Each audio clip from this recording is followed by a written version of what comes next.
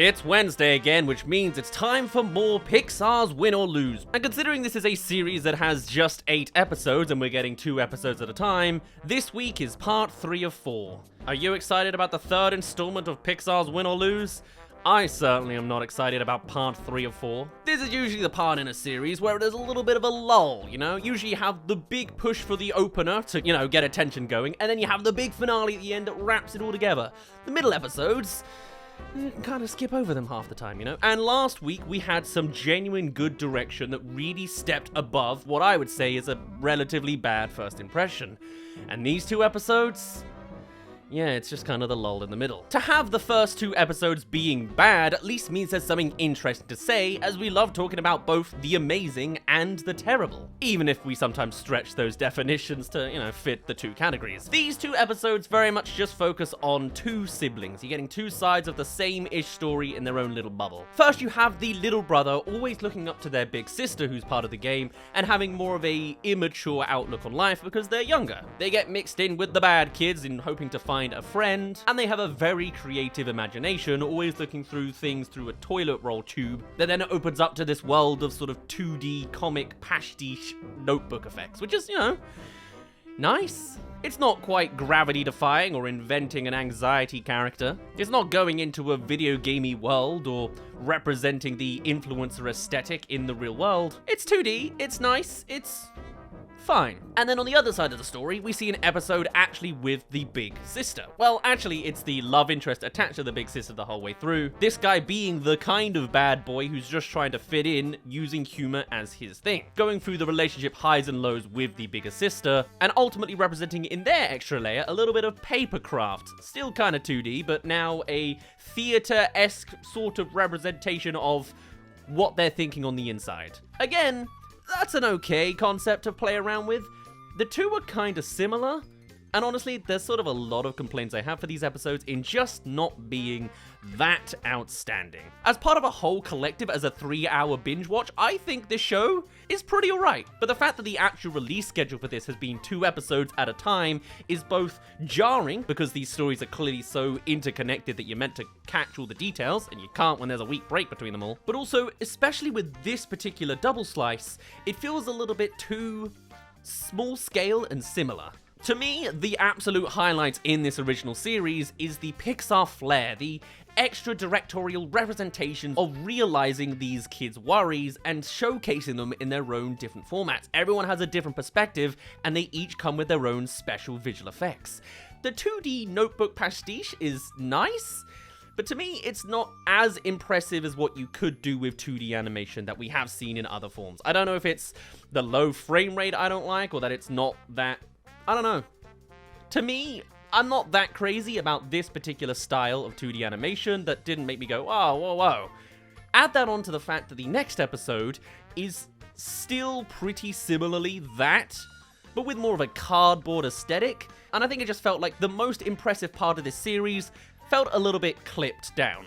Especially because, actually, from seeing the trailers of Pixar's Win or Lose, I actually thought that they were going to be a full-on theater person. I thought it was going to be that they're always on stage with a spotlight because they're the comedian. They're trying to showcase their comedy. In actuality, it is a cardboard heart, and it's their true inner insecure feelings coming out and dealing with building up this house and, the concerns they have and what they're really thinking on the inside, which is fine. And like, it's nice to see an internal visual effect rather than an external effect that everyone else has, but I just think I would have preferred if it was a stage play, like if there was something more thematic to that. They do some really good things. In the second episode in particular, the whole thing is a metaphor for a relationship. There's a really nice sequence of the guy physically bringing out his inner heart character to showcase the idea of opening their heart to someone else. That's really nice. And representing a relationship as your heart physically expanding as someone moves in, a really nice idea.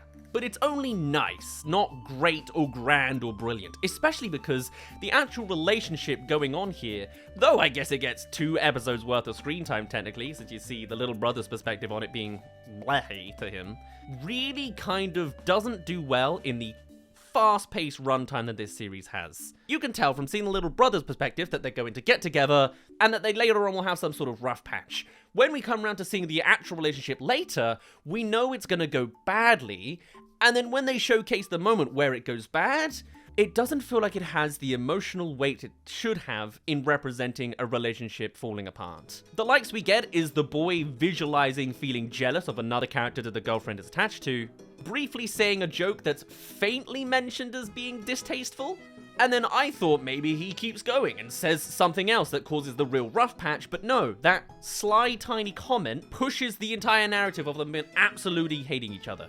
The way they do it is they cut to the little inside people having an argument silently shouting at each other, but it's not matched with the external characters also shouting at each other consistently, so it feels like you actually skip the argument that makes them so detest each other later on in the timeline, and it's done in a way that just feels a little bit unimpactful. I want to go out and say, oh, these 2 episodes are absolutely terrible, it's worse than the first impression we had at the beginning. But really, it's a worse case scenario than that. These are just neutrally okay. They have nice ideas, they don't have great delivery, they're not so terrible that I can absolutely rave about it. There is practically nothing outstanding to say in either direction, and in my mind, that's kind of worse. I'm not going to remember these 2 episodes, even though they were specifically a double bill of siblings. I just don't think they do very much to bring up either the messages they're trying to showcase, or in delivering the best version of the story they end up running with. Hey there, thank you for making it to the halfway mark of this video. Come along and subscribe if you haven't already to keep up with new animated movie news. We'll cover anything new from Pixar as we go. But for now, time for the second half of Pixar Win or Lose, Part 3. A little brother trying to fit in and see friends. Cool. Gets mixed up with the villain characters. Nice, it's the chicken from before. Whoa, I'm wearing a chicken. What are the odds? And then though he does somewhat turn around of, oh, I'm going to do the right thing, it then also ends on a cliffhanger of him being given an offer to be friends again and cuts off early. And then I'm assuming that moment's not going to be seen for another 3 episodes. It's not paid off in the part 2 of this segment with the bigger sister. No, it's just, oh, who knows what he did. British ending, technically bad. He falls through the cycle again for all we know. And the ending for the second episode is the boy being left alone in the baseball match after the girl runs off. I do at least like what I think I'm meant to be passing, that is, the endings of each 2 episodes show us slightly more progress on the final day, I think. With 1 and 2 being the kid getting hit in the face, 3 and 4 being characters off to the side having their own issues. And now we see the aftermath of that, at least, and then now an argument on the middle of the field. But hey, for all I know, it could very well be that the kid that gets hit in the face at the end of 1 and 2 hasn't happened yet in this timeline. I don't know. I just think these 2 episodes are a little bit flat. With the series trying to showcase, oh, all sorts of people have all sorts of problems, I guess it only makes sense that you were going to have a relationship episode crop up. But also, you kind of already had a relationship episode. Episode 2 was the video gamey teacher dealing with relationships online, and at least online dating is refreshing. I don't know how I feel about that. But now it's another one with 2 kids in a relationship, trying to be insecure. I kind of would have preferred if it was all the comedian aspect of trying to fit in, relying on humor to hide your insecurities. That seems like a bigger, better, more unique story to go with than, relationship. And then kid trying to fit in, going with the bad guys. Again, they're not that big. And I think it just makes it just part of the noise that is either this series or just general kids content like this. Now that being said, of course, some of the highlights of this series is the small details, and there are all sorts of little bits. Of course, we see several scenes from several other episodes. The little brother has a perspective of the mother with the baby from the last episode. The whole group talk after the first baseball match that we only really see more in episode 1 now has an extended scene of other halves of conversations. And even going to the movie theater between these 2 episodes, you see more of certain scenes depending on who's watching, because they're more invested in the actual relationship side of what's being shown on the movie, which is a parody of the Fast and Furious family meme, because again, I think this is more representative of the show being so slow to produce as the industry works like that. There are a lot of memes and references. They're all old. Fast and Furious, family thing. Saying the word lit as if that's new. Doing that one TikTok dance. It's notably, a few years held back.